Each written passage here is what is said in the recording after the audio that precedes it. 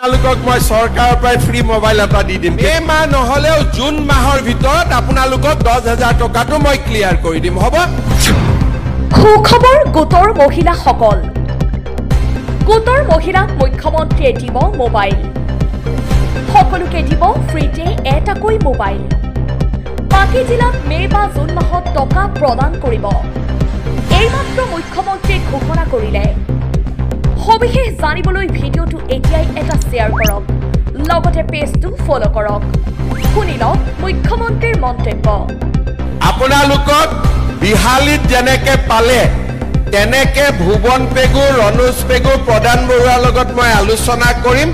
3খন meeting হ'ব, এখন ধেমাজিত, এখন আমাৰ চিলাপথাৰত, এখন আমাৰ জোনাইত।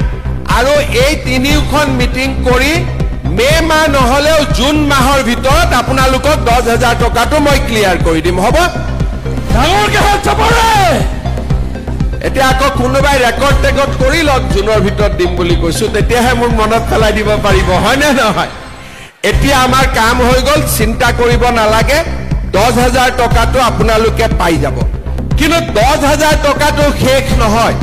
বিহালীত যেতিয়া মই 10,000 টকাটো আই মাতৃসকলক দিছিলো, এগৰাকী আই মাতৃক সুধিলো, মোক ফটো তুলি আছিলে মাজনী আই মাতৃ, ফটোটো নুঠিলে। তেতিয়া মই কলো কি মোবাইলটো বেয়া নেকি? বোলে মামা মোবাইলটো বেয়া, 10,000 টকাটো আজি ল'ম নহয়, নতুন মোবাইল এটা কিনিম। এতিয়া কথাটো হ'ল মোবাইল কিনিব নালাগে, ঠিক আছে? ভগৱানে যদি কেতিয়াবা মোক শক্তি দিয়ে আপোনালোকক মই চৰকাৰৰ পৰা ফ্ৰী মোবাইল এটা দি দিম কেতিয়াবালৈকে। এতিয়াই কোৱা নাই, লাহেকৈ।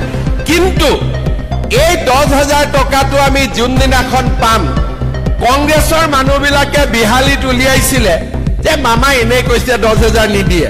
মই 10,000 দি দিলো। এইবাৰ ইলেকশ্যনত কংগ্ৰেছে তাতে ইলেকশ্যনে নেখেলিলে, চব বিজেপি আনকণ্টেষ্ট জিকি গ'ল। কাৰণ প্ৰচাৰ বেছি কৰি আছিলে মই নিদিও বুলি। আৰু মই যি কওঁ আজিলৈকে প্ৰত্যেকটো কথা ৰাখি আহিছো নে নাই? গতিকে এতিয়া আপোনালোকক মই এটা অনুৰোধ কৰিম, 10,000টোতো পাবই, 10,000টোৰ কাৰণে মই একো কোৱা নাই। কিন্তু 10,000ত মই শেষ নকৰো।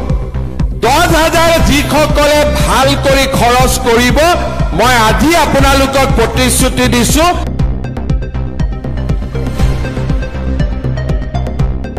টকাটো খালি আপোনালোক খৰচ নকৰিব, স্বামীৰ ব্যৱসায়ত খৰচ কৰক, গাহৰি পালন কৰক, গৰু পালন কৰক, কিবা এটা উপাৰ্জনমূলক কামত খৰচ কৰিব। 10,000 টকা এই বছৰ, অহা বছৰ মই আপোনালোকক 25,000, তাৰ পিছৰ বছৰ আপোনালোকক মই 50,000 টকা দিম। এইটো আপোনালোকে ভিডিঅ' ৰেকৰ্ডিং কৰি ৰাখিব।